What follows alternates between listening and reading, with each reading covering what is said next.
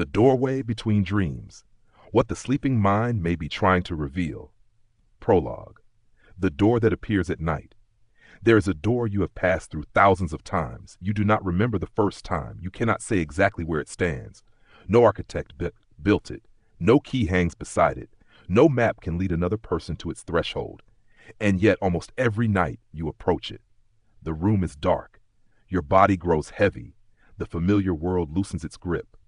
The ceiling above you disappears from awareness. The sounds of the house become distant. Your name becomes less important. The day releases you. Then, somewhere between one breath and the next, the door opens. You enter. A dead relative is sitting at the kitchen table. A house you have never seen somehow belongs to you. You are running through a forest beneath an enormous moon. You discover another room behind your childhood bedroom. Your teeth begin to fall out. A stranger whispers something you cannot remember upon waking. You are late for an examination you never prepared for. You stand at the edge of an ocean whose waves seem to know your name. You fly. You drown. You return to a city that does not exist. You meet someone you have never encountered in waking life and love them with such intensity that waking feels like bereavement. Then morning comes. The door closes. You open your eyes. For several seconds, two realities overlap. The bedroom returns, but the dream has not entirely vanished. The face of the stranger remains. The ocean still moves somewhere behind your eyes. You can almost remember the sentence that seemed moments ago to contain the meaning of your entire life. Then it slips away. By breakfast, only fragments remain. By afternoon, perhaps nothing. And yet sometimes a dream refuses to disappear. It follows you. It returns 3 nights later wearing different clothes. It becomes a recurring hallway, a black dog, a staircase, an abandoned house, a faceless child, a train that always leaves before you can board it. Some dreams behave less like entertainment and more like unfinished conversations. This has led human beings across cultures and centuries to ask a question that remains strangely alive even in an age of brain scans and sleep laboratories. What are dreams trying to tell us? The question must be approached carefully. Modern science has discovered a great deal about sleep. Researchers can measure brain activity, distinguish stages of sleep, observe rapid eye movements, study memory consolidation, investigate emotional processing, and wake people during particular sleep stages to collect dream reports. But science has not discovered a universal dictionary in which every snake means one thing, every ocean another, and every death predicts a transformation. Nor has science established that dreams reliably predict future events, allow communication with the dead, reveal past lives, or carry messages from supernatural realms. Those possibilities belong to belief, spiritual interpretation, personal testimony, philosophy, and speculation, not established scientific knowledge. But rejecting certainty does not require rejecting mystery. Perhaps the deepest question is not whether dreams reveal the future. Perhaps it is whether they reveal you. Not the polished self, not the social self, not the self who answers emails, remembers appointments, smiles politely, chooses the correct words, and tells everyone that everything is fine. The other self, the one beneath the explanations, the one who remembers what you tried to forget, the one who fears what you refuse to name, the one who still lives in rooms you thought you had left years ago, the one who knows which door you have been avoiding. Night after night, the sleeping mind creates a theater. You are the audience.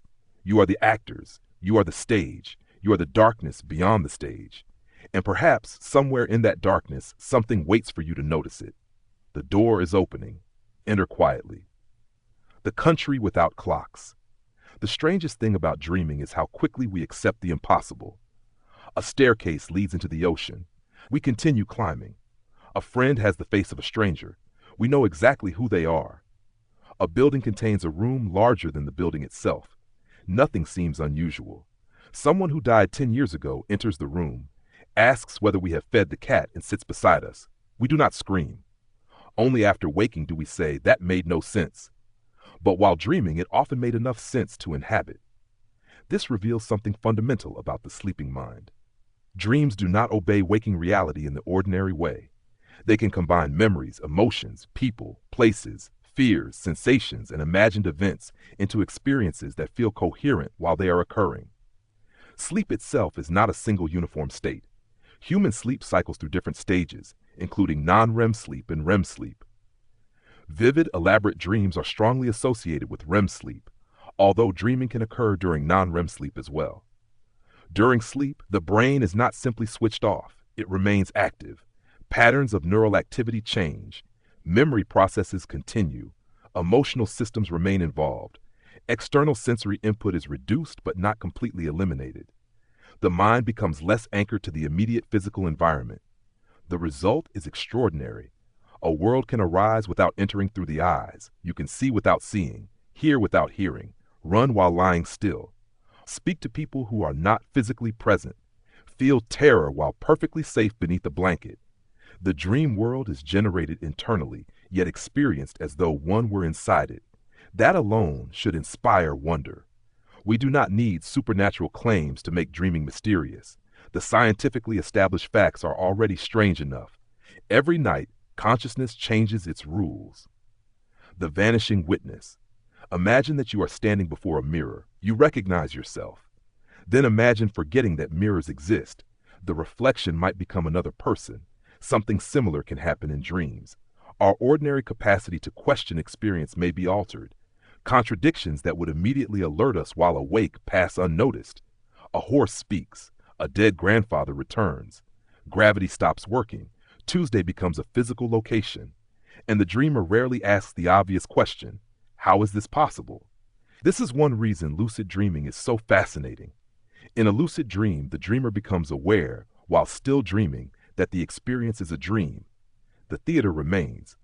But suddenly, the audience remembers itself. The moment can be startling. A person may look at the dream landscape and think, none of this is physically happening, and yet the trees continue moving in the wind. The dream characters continue speaking. The sky remains blue, or green, or filled with impossible stars. Lucid dreaming has been studied scientifically, and researchers have found evidence that some lucid dreamers can intentionally signal from REM sleep using predetermined eye movements. This does not prove mystical interpretations of lucid dreams. It demonstrates something remarkable in its own right. A degree of reflective awareness can sometimes arise within dreaming. The sleeper knows. The dream continues. A doorway has opened inside the doorway. Why dreams feel important? Not every dream is profound. Some are absurd. Some appear connected to recent experiences. Some are quickly forgotten. Some may reflect bodily sensations, stress, memory fragments, emotional concerns, or ordinary cognitive processes. But certain dreams arrive carrying an unusual emotional weight. You wake with tears, or dread, or peace. The details may be bizarre, yet something about them feels precise. Consider a woman who dreams repeatedly that she is trying to reach an airport. Every version is different. In one dream, the taxi never arrives. In another, she cannot find her passport. In another, the airport keeps moving farther away. In another, she reaches the gate and discovers she has brought an empty suitcase. What does the airport mean? There is no scientifically validated universal answer. A simplistic dream dictionary might announce that airports always represent transition, but symbols are rarely that obedient. For one person, an airport may mean freedom, for another, separation, for another, anxiety, for another, childhood visits to a divorced parent, for another, a career built around travel. The meaning of a dream image depends partly upon the dreamer. The more interesting question is not, what does an airport symbolize? It is, what does this airport feel like to you? And beneath that, where in your waking life do you know this feeling? Now the dream begins to change. It stops being a puzzle with a predetermined answer. It becomes a mirror. The first rule of the doorway. If there is one principle worth carrying through everything that follows, it is this. Do not force the dream to confess. Approach it as you would approach a frightened animal in the forest. Slowly, without assumptions, notice what it does. Notice what you feel. A dream may have no grand message at all, or its significance may become visible only when placed beside your waking life. You do not have to believe dreams come from another realm to take them seriously. You only have to admit something simpler. You do not consciously know everything occurring within you. No human being does. We carry memories we rarely visit, Fears we disguise, desires we rationalize, grief we postpone, contradictions we tolerate, and perceptions we barely notice. The waking mind edits. Dreaming may loosen the editor's hand, and when the editor sleeps, strange characters enter the room. Chapter 2. The House That Keeps Returning. There is a house some people visit for years. It exists nowhere on earth, yet they know its rooms. Perhaps you have one. The dream begins differently each time, but eventually you find yourself there. There is the hallway. There is the old staircase. There is the room at the end. Sometimes you discover an entire floor you had forgotten existed. Sometimes the basement is flooded. Sometimes someone is living behind a wall. Sometimes the house belongs to your childhood, although it looks nothing like the house where you grew up. Then you wake. Months pass. You return. Why do certain dreams repeat? Recurring dreams are among the most compelling forms of dreaming because repetition suggests unfinished business. That does not necessarily mean a hidden mystical message. Recurring dreams may be associated with repeated concerns, unresolved emotional themes, stress, persistent fears, or patterns the mind continues to process. The important word is may. Dream interpretation is not algebra, yet repetition deserves attention. The mind has almost limitless imagery available to it. When it repeatedly returns to the same situation, emotion, or symbolic landscape, asking why can be illuminating. The unfinished room. Imagine a man who repeatedly dreams about discovering a locked room inside his apartment. In waking life, his apartment contains no such room. In the dream, however, he always knows it is there. He walks down a narrow corridor, touches the door, feels afraid, wakes before opening it. A mystical interpreter might call it a sealed chamber of the soul. A psychological interpreter might see it as a representation of avoided emotion, memory, identity, or possibility. A neuroscientist might be more cautious, emphasizing that dreams arise from complex brain activity and that assigning a specific symbolic meaning goes beyond what empirical evidence can establish. These interpretations do not all make the same kind of claim. That distinction matters. The mystical interpretation offers a spiritual metaphor. The psychological interpretation offers a possible framework for self-understanding. Science describes mechanisms and measurable associations, but cannot inspect the imaginary room and announce what it means for this particular person. So the dreamer must participate. Suppose the man asks himself, what would happen if I opened the door? His first answer is, something terrible would be inside. Then he asks, what kind of terrible thing? He waits, and eventually another answer appears, something I would have to take responsibility for. Now the dream has moved. The locked room may not represent trauma. It may represent potential. Perhaps the thing he fears discovering is not a monster. Perhaps it is a life he has been postponing. Repetition as pressure. There are truths we understand intellectually long before we accept them emotionally. A relationship is ending. A parent is aging. A career has become empty. A child no longer needs us in the same way. We are lonely. We are angry. We are jealous. We want something our carefully constructed identity says we should not want. During the day, we can negotiate with these realities. At night, negotiation becomes harder. The dream may simplify the emotional structure. You are standing on a train platform. The train leaves. You cannot stop it. Again, again, again. Perhaps the train is not predicting anything. Perhaps it is dramatizing the feeling of being left behind. And perhaps that feeling is already present. Dreams frequently speak in emotion before they speak in meaning.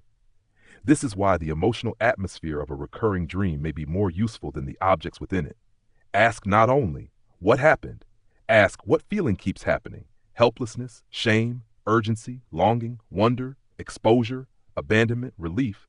You may discover that the dream is recurring because the feeling is recurring. The house as a symbol. Across psychological and spiritual traditions, houses have often been interpreted symbolically as representations of the self, psyche, family, memory, or inner life. This is interpretation, not universal scientific fact, but it can be a powerful metaphor. Imagine your inner life as a house. Which rooms do you inhabit every day? The room of competence, the room of responsibility, the room where you know what to say, the room where everyone recognizes you. But perhaps there are other rooms. The room of childhood grief, the room of creativity, the room of rage, the room where your unlived life waits beside the window, The room containing questions you stopped asking because adulthood became too busy. Sometimes dreams seem to build architecture around psychological experience. A basement becomes what is buried. An attic becomes what is stored. A locked room becomes what is inaccessible. A collapsing house becomes instability. A childhood home becomes memory. These interpretations can be useful if they resonate with the dreamer's life, but they should never be treated as rigid laws. Your basement might simply remind you of your grandmother. Your attic might mean Christmas decorations. Your locked room might come from a mystery novel you read before bed. Symbols belong first to the person who dreams them, and sometimes the most important room is the one no dictionary could recognize. Chapter 3. The Animals Beneath the Moon. A wolf stands at the edge of the forest. It watches you. You cannot see its eyes clearly, but you know it is looking directly at you.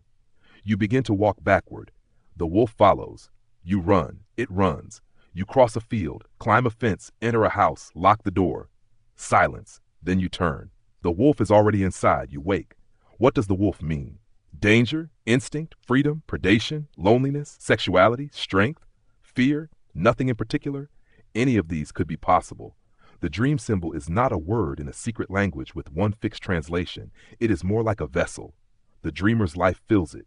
Symbols are alive. Human beings are symbolic creatures. We transform physical objects into meanings constantly. A ring is not merely metal.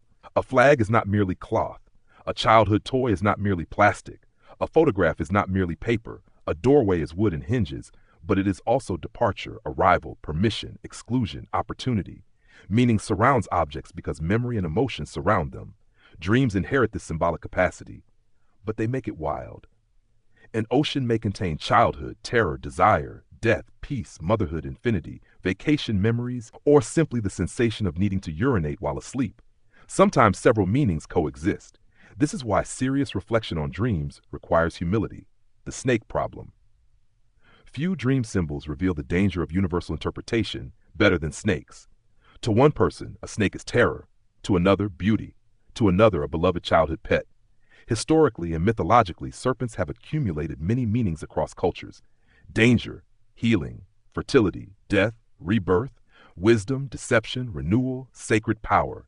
Those associations are documented features of various traditions, but their existence does not prove that a snake appearing in your dream carries any particular ancient meaning. The dreamer must be consulted. Suppose you dream that a white snake is coiled around your wrist. Instead of opening a dictionary, begin with questions. How did you feel? Afraid. What was the snake doing? Nothing. Did it bite you? No. Could you remove it? I didn't try. Why? Because somehow I knew it belonged there. Now the dream is more interesting. The fear and the belonging coexist. Perhaps this is an image of something in your life that frightens you but feels deeply connected to you. A new responsibility, intimacy, creativity, power, a changing identity, or perhaps none of those. The point is not to guess correctly. The point is to discover what begins moving inside you when you remain with the image. The personal mythology. Over years, dreamers sometimes develop their own recurring symbols. Water appears whenever life becomes emotionally uncertain. Elevators appear during periods of ambition. A particular school appears when the dreamer feels judged. A deceased aunt appears during major transitions.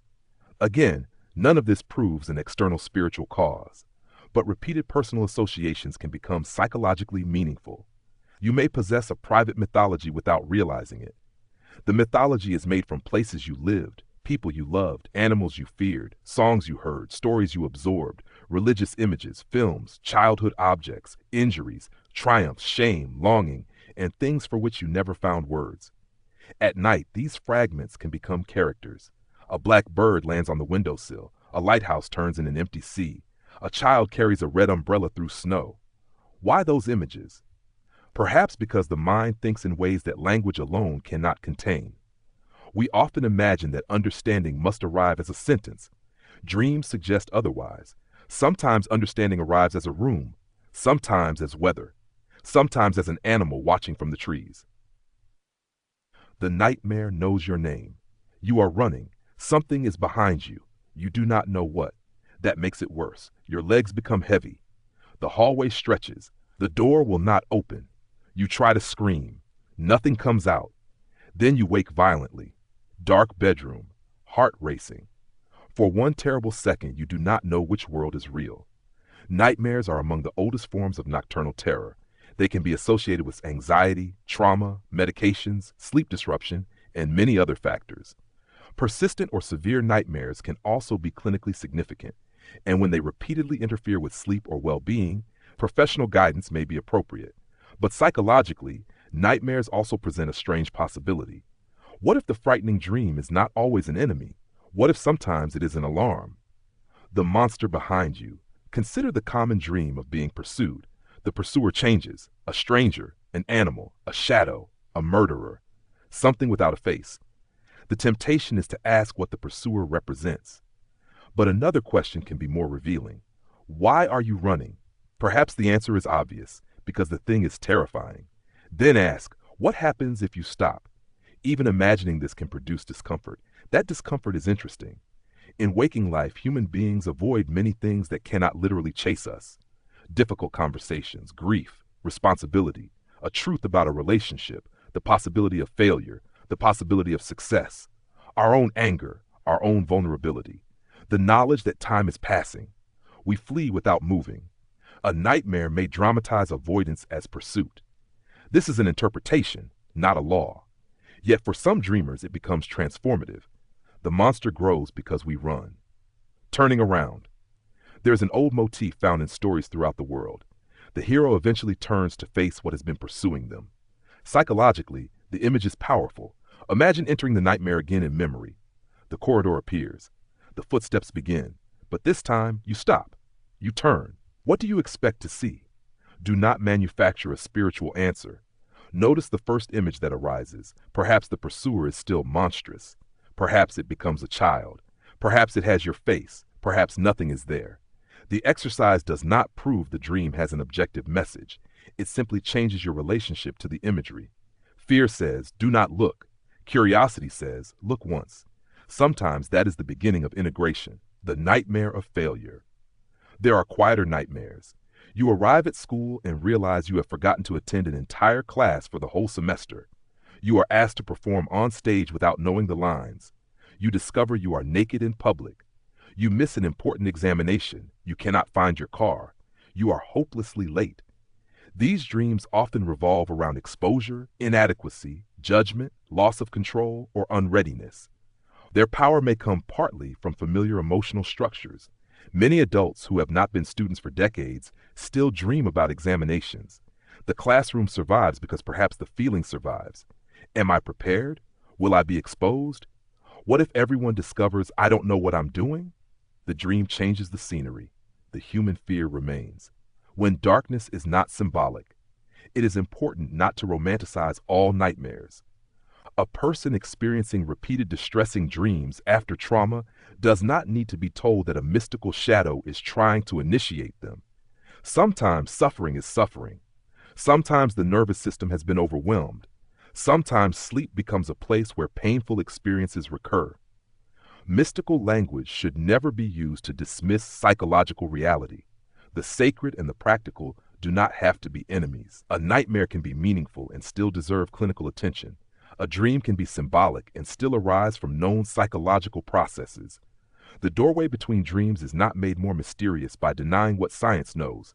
True mystery survives truth. Chapter 5. The Dead Who Visit at Midnight. Someone you love dies. Weeks pass, perhaps years. Then one night they return, not as a memory, not exactly. They walk into the dream alive. You know they died, yet somehow this does not matter. They sit beside you. Sometimes they speak, sometimes they say nothing. Sometimes they seem younger, sometimes healthier, sometimes strangely luminous. You wake with tears already on your face. Few dreams carry greater emotional power. What can be said? Dreams involving deceased loved ones are real experiences in the straightforward sense that people genuinely report having them. Their interpretation is another matter. Psychologically, such dreams may be understood in relation to grief, memory, attachment, emotional processing, and the continuing internal relationship we maintain with people who have died. Spiritually, Many cultures and individuals have interpreted certain dreams as encounters with the dead. Science has not established that deceased people literally communicate with the living through dreams. That boundary should remain clear. But the absence of scientific confirmation does not make the emotional experience meaningless. Suppose you dream of your mother 5 years after her death. She is standing in the kitchen. She looks at you and says only, "You can go now." You wake. What happened? Science cannot responsibly conclude that your mother visited from beyond death, nor can another person prove that she did not. The empirical question remains unresolved in the sense that there is no established evidence validating such supernatural communication. But psychologically, the dream may still matter profoundly. Perhaps you have been carrying guilt. Perhaps some part of you needed permission to continue living. Perhaps your mind used the most powerful figure available to deliver words you could not give yourself. Would that make the dream less sacred? Maybe not. The inner dead. The people we love become part of us. Their phrases remain in memory, their expressions, their gestures, the way they pronounced our name, the advice they repeated, the irritation they caused, the safety they provided, the wounds they left. After death, the external relationship ends, but the internal relationship may continue. We still ask, what would she say? Would he be proud? Why did I never ask? Did they know I loved them? Dreams can provide a stage upon which this continuing bond appears. The dead return because memory is not a graveyard. It is a living landscape. The unsent letter. Sometimes a dream of the dead contains unfinished conversation. If such a dream stays with you, imagine writing down what you wish you had said, not because the dead will necessarily receive it, because you will. There are sentences the waking self avoids for years. I was angry with you. I forgive you. I don't forgive you yet. I miss you. You hurt me. Thank you. I wish you had stayed. I'm going to live anyway. The dream may open the door. What happens afterward belongs to the waking world. Chapter 6. The stranger with your face. There is a person in your dream whom you dislike immediately. They are arrogant, cruel, seductive, weak, greedy, cowardly. They behave in ways you would never behave. You wake relieved. That wasn't me. But who created them? The sleeping mind did. This does not mean every dream character secretly represents the dreamer. Dreams can incorporate memories of real people, fictional characters, imagined figures, and composites. Yet the possibility that some dream characters dramatize aspects of ourselves is psychologically rich. The unwanted self. Human identity depends partly on exclusion. We say, I am kind, therefore I am not cruel. I am rational, therefore I am not irrational. I am independent, therefore I am not needy. I am faithful, therefore I am not tempted. I am strong, therefore I am not afraid. But the psyche is rarely so clean. A kind person can feel cruelty. A rational person can behave irrationally. An independent person can desperately want reassurance. Strength can coexist with fear. We create identities partly by pushing unwanted qualities beyond the border of the self. Dreams sometimes smuggle them back across. The shadow. The psychologist Carl Jung famously developed the concept of the shadow as a way of describing aspects of personality that the conscious ego does not recognize or accept. Jung's theories remain influential in depth psychology and popular approaches to dream interpretation, but they should not be confused with universally established scientific laws. Still, the shadow remains a useful metaphor. Imagine a man who prides himself on never becoming angry. He is patient, polite, controlled. Night after night, however, he dreams of a violent stranger smashing furniture. His first reaction is disgust. I'm nothing like him, perhaps. But perhaps the dream raises another question. Where does your anger go? The answer may not be violence. Maybe his anger becomes headaches, sarcasm, exhaustion, withdrawal, resentment, or perhaps it simply remains unacknowledged. The dream stranger does not mean he secretly wants to destroy furniture. The stranger may be an exaggerated image of emotional energy excluded from his waking identity. What we admire also hides the hidden self is not always dark. Sometimes we repress beauty, courage, sensuality, ambition, playfulness, creativity. A woman dreams repeatedly of a singer standing on a stage beneath blue light.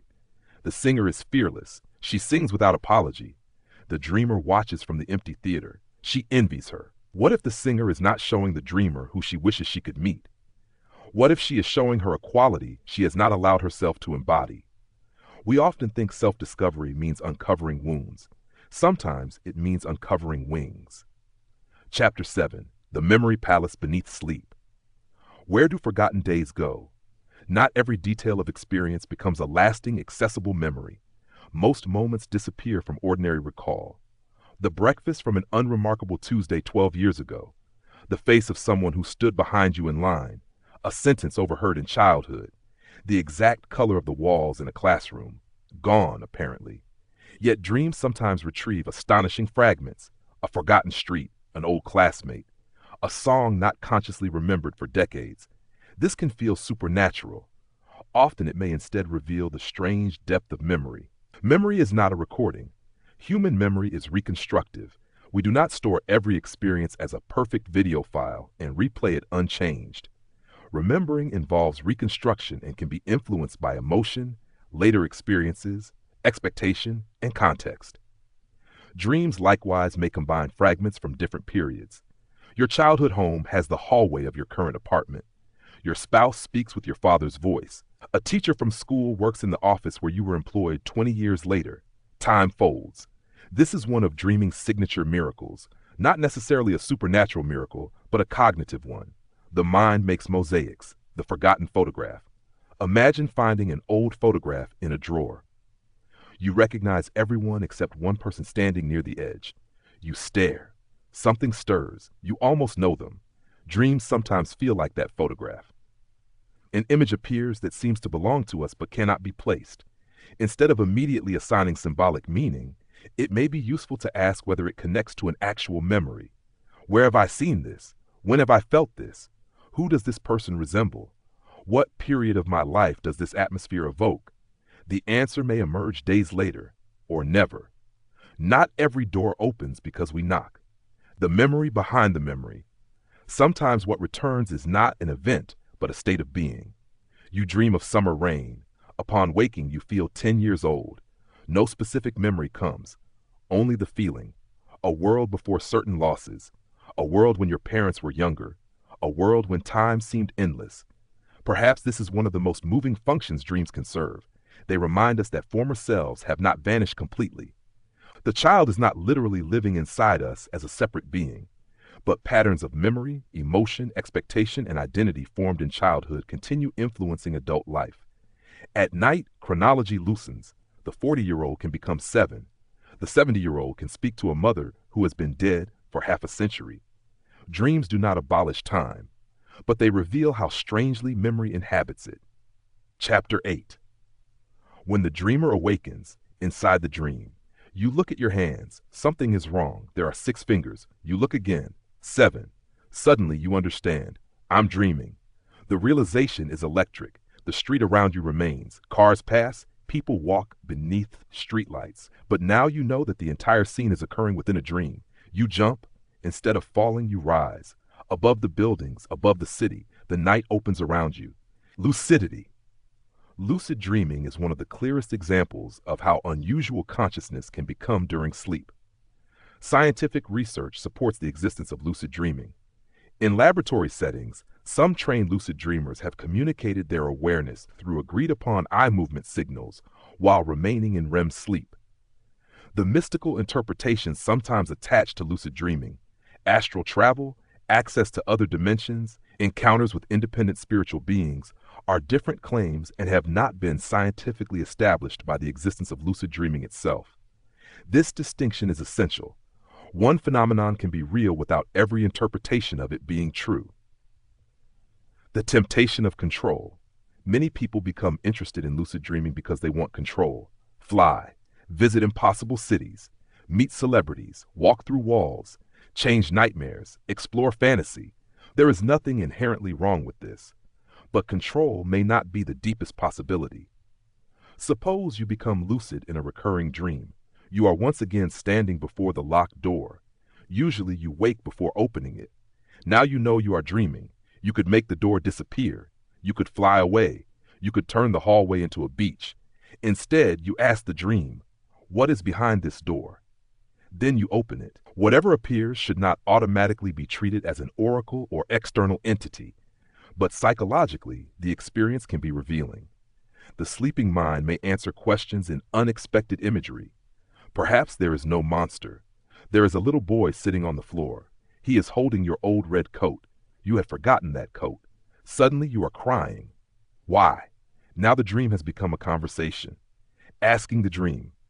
A lucid dreamer might experiment with questions. Show me what I am afraid of. Show me something I have ignored. What does this place represent to me? The answers should be treated as dream material, not infallible revelation. The unconscious mind is not necessarily an all-knowing prophet. Dreams can be absurd, distorted, emotionally charged, and misleading. But they can also surprise us, and surprise is valuable. The conscious mind tends to answer questions using familiar pathways. Dreaming may answer sideways. The paradox of lucidity. There is another lesson hidden in lucid dreaming. To become lucid, you must recognize that the world around you is not what you assumed it was. This makes lucid dreaming a beautiful metaphor for waking life. How many assumptions do we inhabit without noticing? I must succeed to be worthy. I must never disappoint anyone. It is too late to change. This relationship will eventually become what I want it to be. Everyone is judging me. I know who I am. These are not dreams, but they can function like dream logic. We accept them because we have accepted them for years. Then one day something strange happens. We look at our hands, metaphorically speaking, and realize, wait, why do I believe this? Lucidity begins. Chapter 9. The dream that comes true. You dream of an old friend. The next morning they call. You dream of a red bicycle. That afternoon, one nearly hits you at a crossing. You dream that your sister is pregnant. A week later, she tells you she is. What happened? For many people, experiences like these become evidence that dreams can predict the future. The subject deserves neither mockery nor careless certainty. Coincidence and memory. Human beings dream frequently. We also encounter enormous numbers of events throughout our lives. Some coincidences are inevitable. We are particularly likely to remember dreams that later appear to correspond with real events, while forgetting countless dreams that do not. Memory can also shift after an event, making a previous dream seem more precise in retrospect than it originally was. These psychological factors provide plausible explanations for many apparently predictive dreams. Scientific evidence has not established reliable precognitive dreaming as a demonstrated ability. That should be stated clearly. But human experience contains coincidences that can feel astonishing, and the emotional power of coincidence remains even when probability offers an explanation. Synchronicity. Jung used the term synchronicity for meaningful coincidences that appear connected by significance rather than conventional causation. Synchronicity is a philosophical and psychological concept, not an established physical law, demonstrating hidden cosmic communication. Still, it names an experience many people recognize. You think intensely about someone. They appear. You read a strange phrase in a dream. The same phrase appears in a book the next day. The temptation is immediate. The universe is sending me a message. Maybe. But perhaps another possibility is more useful. What does the coincidence awaken in you? Suppose you dream repeatedly of the sea. Then, unexpectedly, someone offers you a job in a coastal town. Did the dream predict the offer? There may be no way to demonstrate that, but perhaps the dream has already revealed your longing for change. The external coincidence matters because it collides with an internal readiness. The future may not have entered the dream. The dream may have revealed the person who was ready to meet the future.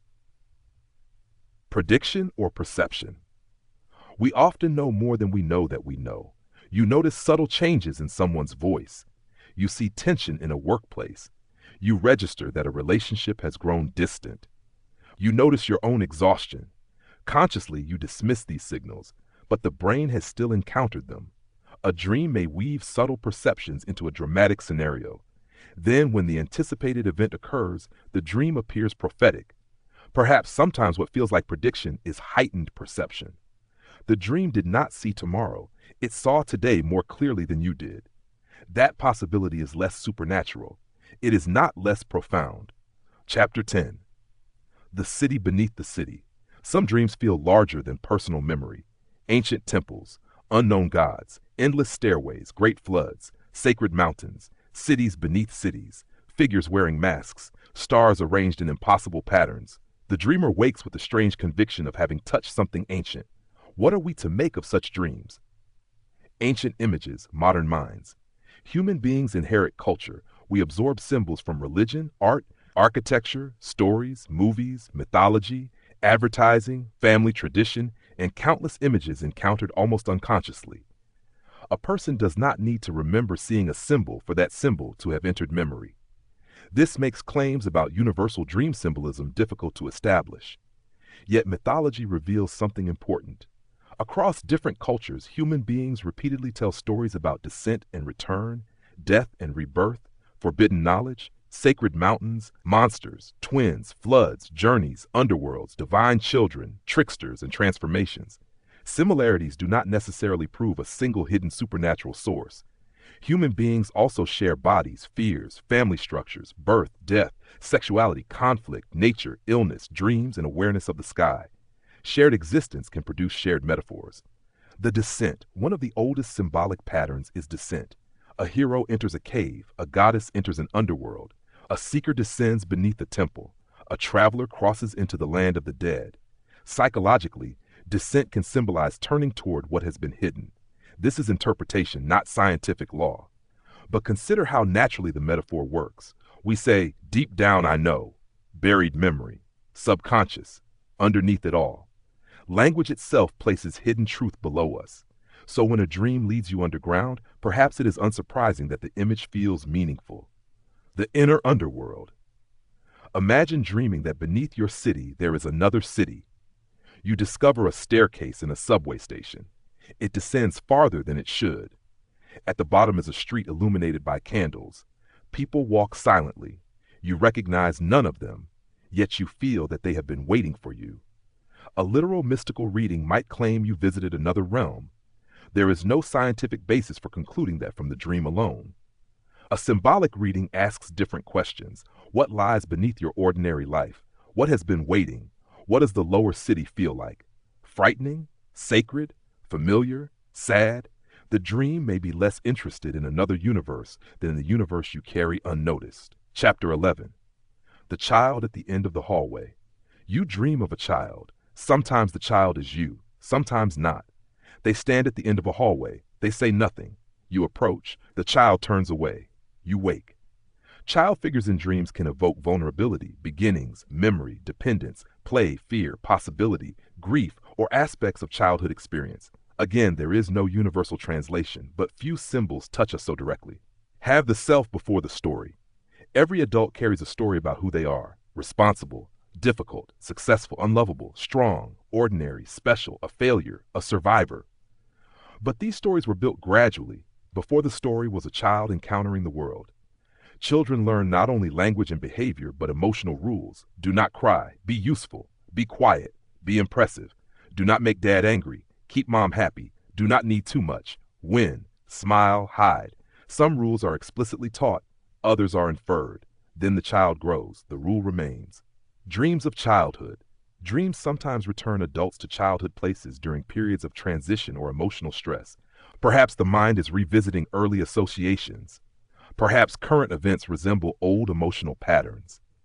A disagreement with a spouse can awaken the feeling of being powerless before a parent. A promotion can awaken an old fear of disappointing authority. Becoming a parent can reactivate memories of one's own childhood.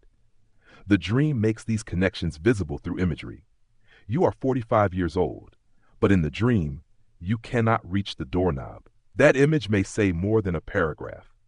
Meeting the child. If a child appears repeatedly in dreams, consider asking, how old are they? What are they feeling? What do they need? What do I feel toward them?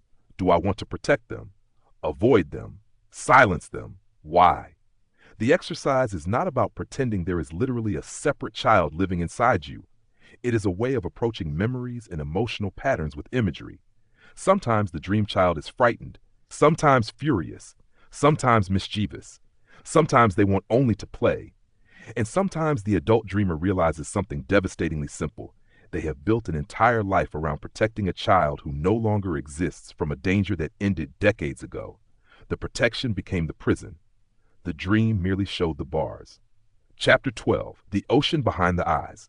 You stand on a shore at night. There is no moon. The ocean is black.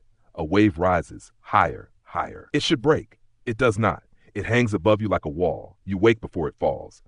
Water is one of humanity's oldest and richest symbols. We are born from fluid. We depend upon water. We fear drowning. We cross oceans. We wash. We baptize. We thirst. We stare into rivers. No wonder water enters dreams. Emotional weather. It can be useful to think of dream landscapes as emotional weather. A storm may accompany turmoil. Fog may accompany uncertainty. A desert may accompany emptiness. An overflowing river may accompany overwhelm. But these are interpretive possibilities, not fixed definitions. The same storm that terrifies one person exhilarates another. The same ocean that symbolizes danger to one dreamer may represent freedom to someone raised far from the sea. The feeling remains the compass. Drowning dreams of drowning can be terrifying. Symbolically, they are often interpreted as being overwhelmed. But before accepting that interpretation, ask what is actually happening. Are you drowning or choosing to dive? Are you fighting the water or breathing beneath it? Dreams often transform midway. A person falls into deep water, panics, then discovers they can breathe. That moment is remarkable. The feared environment becomes survivable. Psychologically, such an image might accompany adaptation to an emotional situation once considered unbearable. The dream says nothing in words. It simply lets you breathe underwater. The depth. The ocean is a useful metaphor for mind because most of it cannot be seen from the surface. Waking consciousness feels central because it is where we spend our deliberate lives. But much mental processing occurs outside conscious awareness. We do not consciously construct every association, regulate every bodily process, choose every memory that suddenly appears, or deliberately manufacture every emotional reaction.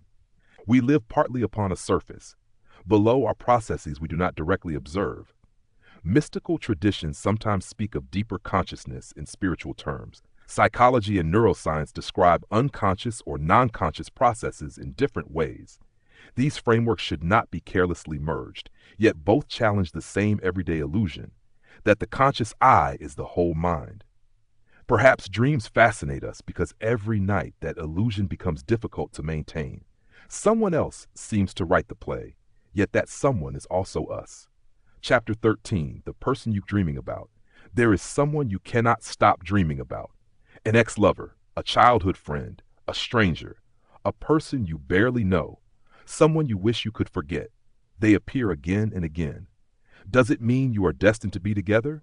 Not necessarily. Dreams are not reliable romantic prophecy. The repeated appearance of someone may reveal more about your internal relationship to them or what they represent to you than about any external destiny. The difference between a person and an image. The person in your dream is not identical to the person in waking life.